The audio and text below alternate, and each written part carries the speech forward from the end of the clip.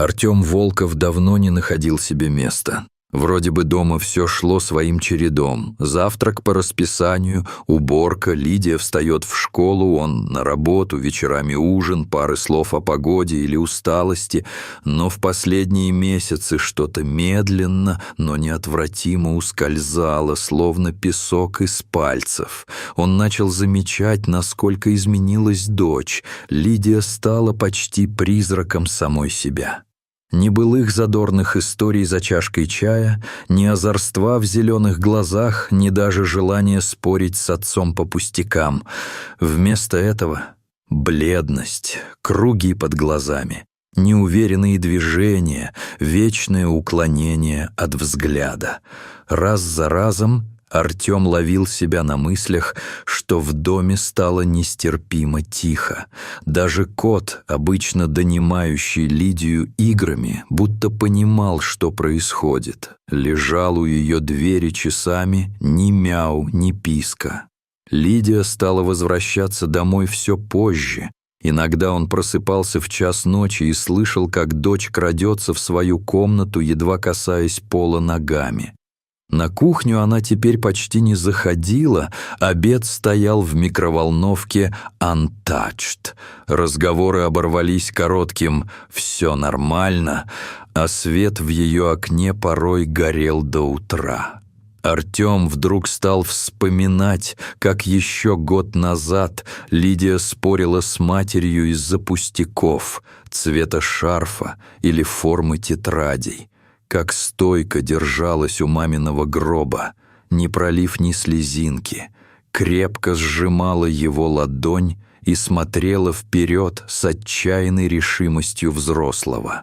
Теперь что-то изменилось, словно кто-то взял ту девочку и заменил на другую, усталую, измученную тенью.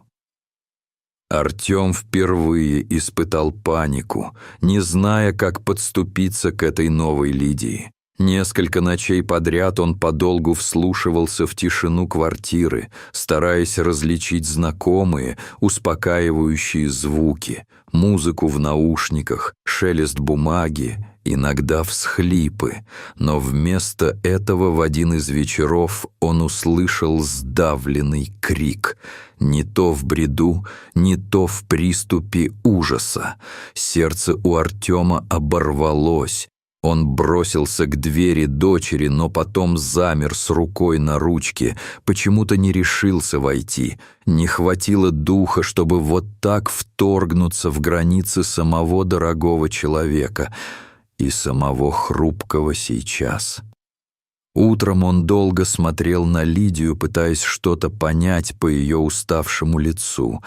Она свернулась на кухонном табурете, отказывалась от завтрака, только ковыряла ложкой неподогретую кашу, будто забыла, для чего она вообще тут сидит. Тусклый свет из окна падал ей на лицо, превращая его в маску.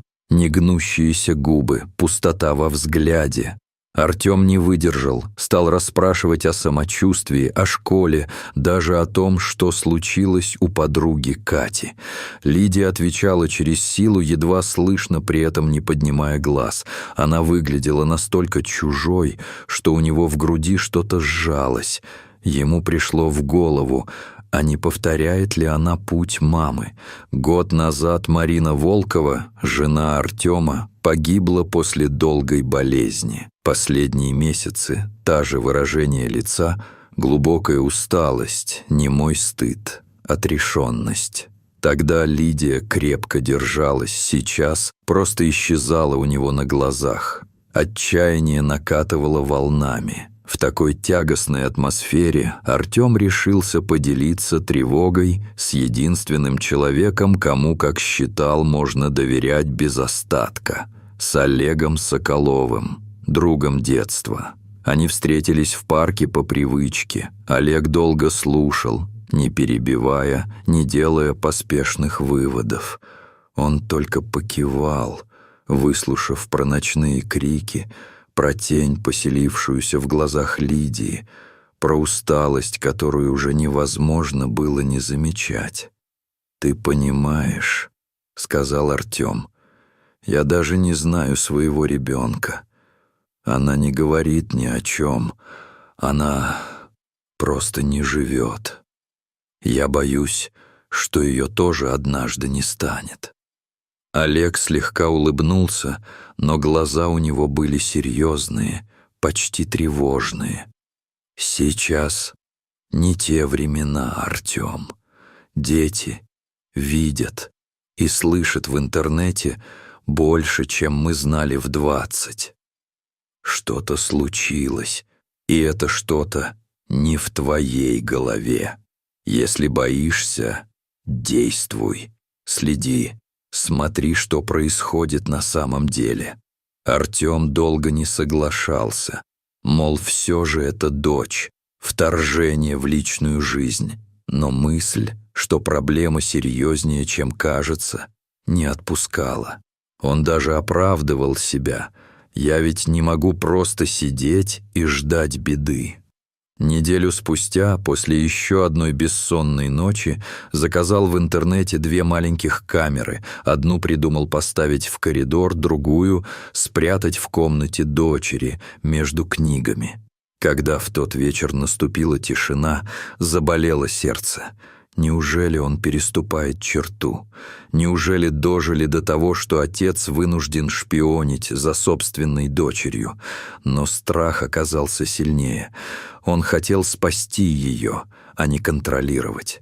Закрутив винтики, проверив соединение, Артем впервые за долгое время почувствовал, что делает хоть что-то полезное. Всю следующую ночь он не мог уснуть. Болела спина, тянуло в груди. Он вскакивал по будильнику, все время слушал, когда Лидия закроет за собой дверь, когда по полу прокрадется шаг. По камерам следить оказалось еще сложнее, чем в реальности. Ждал самой страшной правды, и эта правда не заставила себя ждать. Просматривая первую запись, он увидел, как среди ночи в полной тишине Лидия аккуратно вылезает из-под одеяла, будто на войну идет. Она осторожно оделась, закинула в сумку какую-то вещь, а потом ловко, словно по привычке, открыла окно. Все по-кошачьи, без единого лишнего движения цепко ухватилась за водосток и растворилась в ночи. Сердце у Артема бешено забилось. Он схватился за карточку записи из коридора и увидел, как в подъезде дочь садится на мотоцикл к какому-то взрослому мужчине в маске. Машина отъезжает без фар, исчезая в густом тумане. Артем не верил глазам. Ему казалось, что это сон, абсурд, какой-то фильм. Разве его Лидия могла делать такое? Все внутри сжалось в тугой жгут страха и паники. Утром он попытался разговаривать с Лидией спокойно, но голос предательски дрожал. «Куда ты уходила вчера ночью?» Лидия вздрогнула, медленно достала ложку из чашки, не смотрит на него. «Я никуда не ходила». Едва слышно, как шепчет призрак. «Лида, я все видел». Девочка заплакала, зарылась лицом в руки. Артем хотел обнять ее, но она оттолкнула его. Не грубо, а с невыносимой усталостью. Он понимал, сейчас слова не помогут. На работу он опоздал, мысли путались, и на совещании оставался чужим среди чужих. Его мир сузился до размеров комнаты Лидии, из которой по ночам исчезала его дочь. В доме появлялся еще один человек, которому не было все равно. Сосед Виктор Рогозин. Виктор приходил по своим делам, что-то подлатать или дать отвертку, но недавно стал задерживаться чаще, поглядывать на Артема с участием. «Заметил твою Лиду вчера ночью», — немногословно сказал он однажды. Шаталась у остановки, вся в черном, будто тень. У Артема зачесалось в затылке, будто подтверждение собственному страху стало нестерпимым. Он понял, дальше надеяться нельзя. Даже полиция сейчас не поможет, только кто-то, умеющий разбираться в таких тайнах. Так Артем нашел частного детектива Леонида Воронова, немолодого, седого, глазолисий и внимательный. Тому хватило пары часов, чтобы вникнуть в суть, и он уверенно пообещал: «Разберемся, я изучу маршрут мотоцикла, выясню, в чем дело». Вечером они с Леонидом сидели в машине и ждали. Было промозгло, окна запотели, Артем кусал губы, он не мог представить, что обнаружит. Наконец он увидел. Лидия выбежала из дома точно так же, как на камерах, села на мотоцикл к человеку в черной куртке и укатила. Следуя за ними, им удалось не потерять мотоцикл в ночном городе. Через 3 квартала тот остановился у бара с неоновой вывеской «Красный цвет». Там, в грязноватом мареве, дочь Артема зашла внутрь и исчезла за мутными окнами. Сердце билось так, что стало больно. Артем осторожно заглянул в зал. Лидия стояла неестественно, вытянувшись за стойкой. Жидкость в рюмке отражала странное зеленое свечение. Какие-то мужики смеялись, тянули к ней руки, что-то шептали. Бармен, огромный и грубый, дернул Лидию за локоть, та вздрогнула, взглядом искала спасения. К ним тут же подошел Станислав Резник, хозяин и одновременно хищник. В голосе предупреждение, взгляд ледяной. «Мы не любим незваных гостей, вливайте пока по-хорошему». Лидия и Артем встретились взглядами. В ее глазах читался ужас. За обидой стоял немой крик о помощи. В тот вечер Артем так и не мог заснуть. Перед глазами стоял этот бар, грязные руки на руке дочери, слезы на лице Лидии. Он снова и снова возвращался к камере, к ночным записям, к своим ошибкам. В груди крепла решимость. Теперь он должен спасти Лидию. Возможно, ценою всего, что у него осталось. Ни один врач не вылечит, если болезнь – трусость отца. На рассвете он написал заявление об отпуске по семейным обстоятельствам, отключил рабочий телефон и занялся только этим делом. Мучили кошмары, снились размытые лица, леденящие душу звуки. Он понимал, на кону не просто отношения отца и дочери, на кону ее жизнь и будущее. Отец готовился к решающему шагу, как к бою. Надел старую потрепанную одежду, взял маску, под рубашку прикрепил камеру. Все ради правды. Вечером он заметил, как Лидия снова скрылась из дома. На этот раз он был готов. Включил GPS-наблюдение на телефоне, последовал за дочерью. Мотоцикл, ведомый человеком в маске, резал город. Они ехали долго, петляя по ночному Питеру, пока не свернули в район, где кто угодно мог исчезнуть навсегда. Бар «Красный цвет» оказался еще страшнее внутри. Полумрак, табачный смог выглядит все дешевле и опаснее, чем на фото. Артем увидел Лидию в фартуке. Она носила напитки, заглядывая в лица мужчин, явно ловя чьи-то указания глазами. Руки дрожали, она старалась держаться подальше, но не получалось. Мужчина с наколкой, пьяный, попытался обнять Лидию за талию. Артем сжал кулаки. Готов был броситься в гущу, но понимал, что так ничего не изменит. Он подсел к девушке Марии, которая работала здесь дольше других. Та почти не смотрела на него, но все рассказала. Шантажируют, снимают на камеры, потом пугают, что видео увидят родители, школа, друзья. Станислав держит нас всех за горло. Тут невозможно отказаться иначе. Она замолчала, глядя в угол, где стояла камера. В этот момент сам Станислав подошел к Артему. «Это не место для твоей дочки, понял? Пусть работает и не жалуется. Ты сам за ней не уследил, а теперь не лезь, иначе хуже будет». Потом в бар пришел мужчина в дорогом костюме. Этот, как позже выяснил Артем, был одним из главных опасностей. Мужчина схватил Лидию, что-то говорил ей на ухо, а она пыталась вырваться. Отцу казалось, что он сходит с ума, каждый мускул жаждал броситься на помощь. Но только давление руки на камеру напоминало. Их судьба теперь зависит от записей, а не от драки. Когда Лидия с трудом вырвалась, официант шепнул Артему: «Здесь не место добрым людям. Не ввязывайся, иначе не переживешь». Они с детективом забрали отснятое, обсудили все в машине. Леонид Воронов посмотрел на Артема с уважением.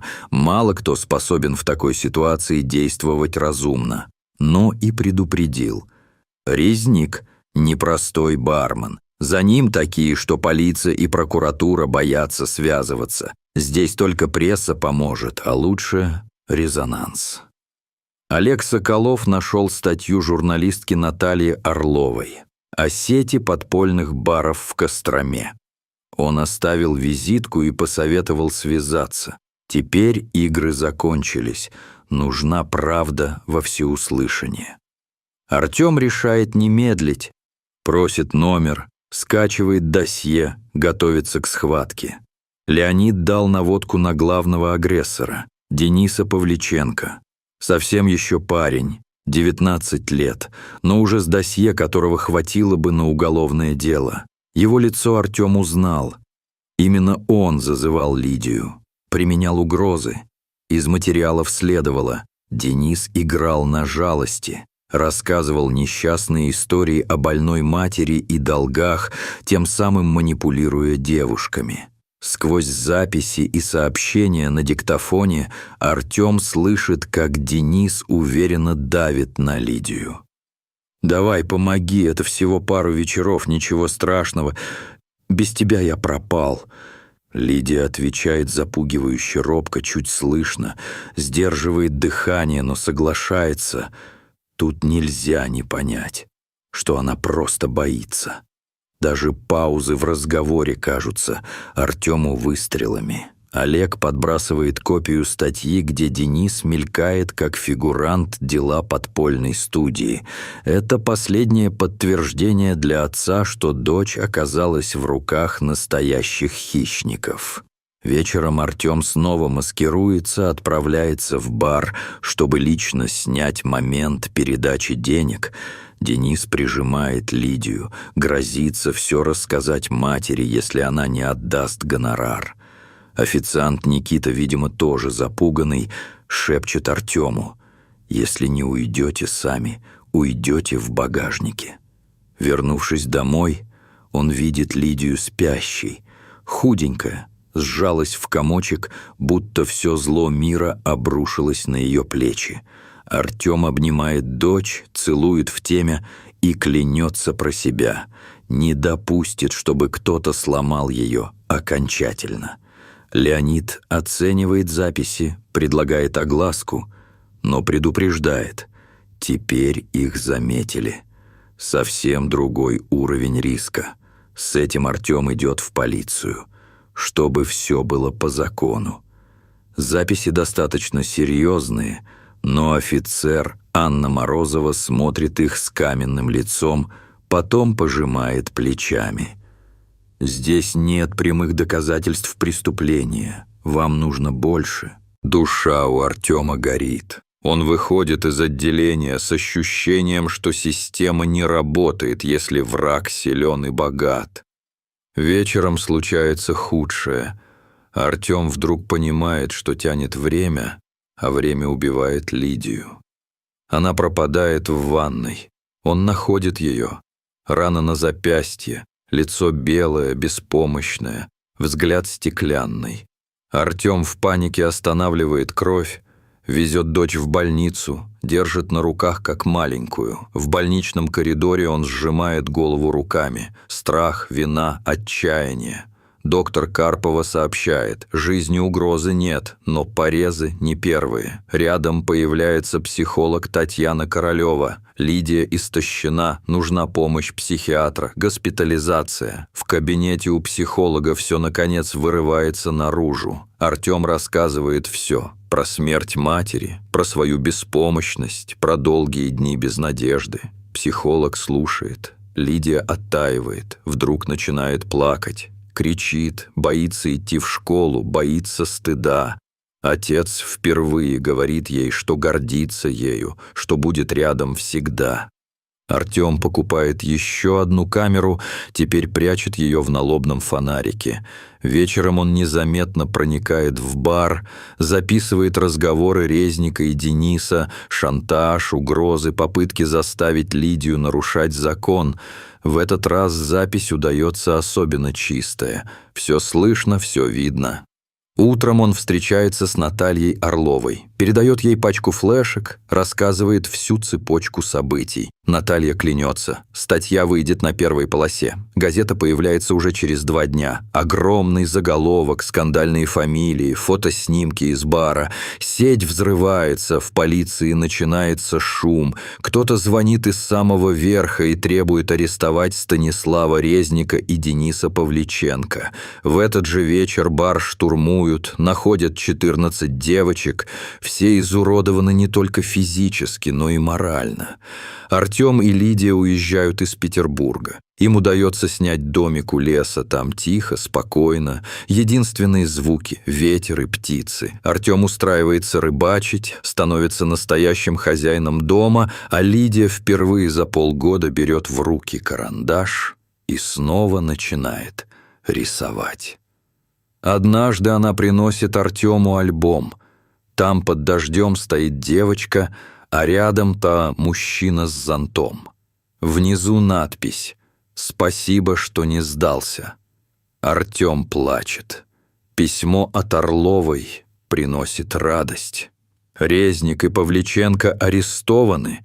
Статья Артема спасла 14 жизней.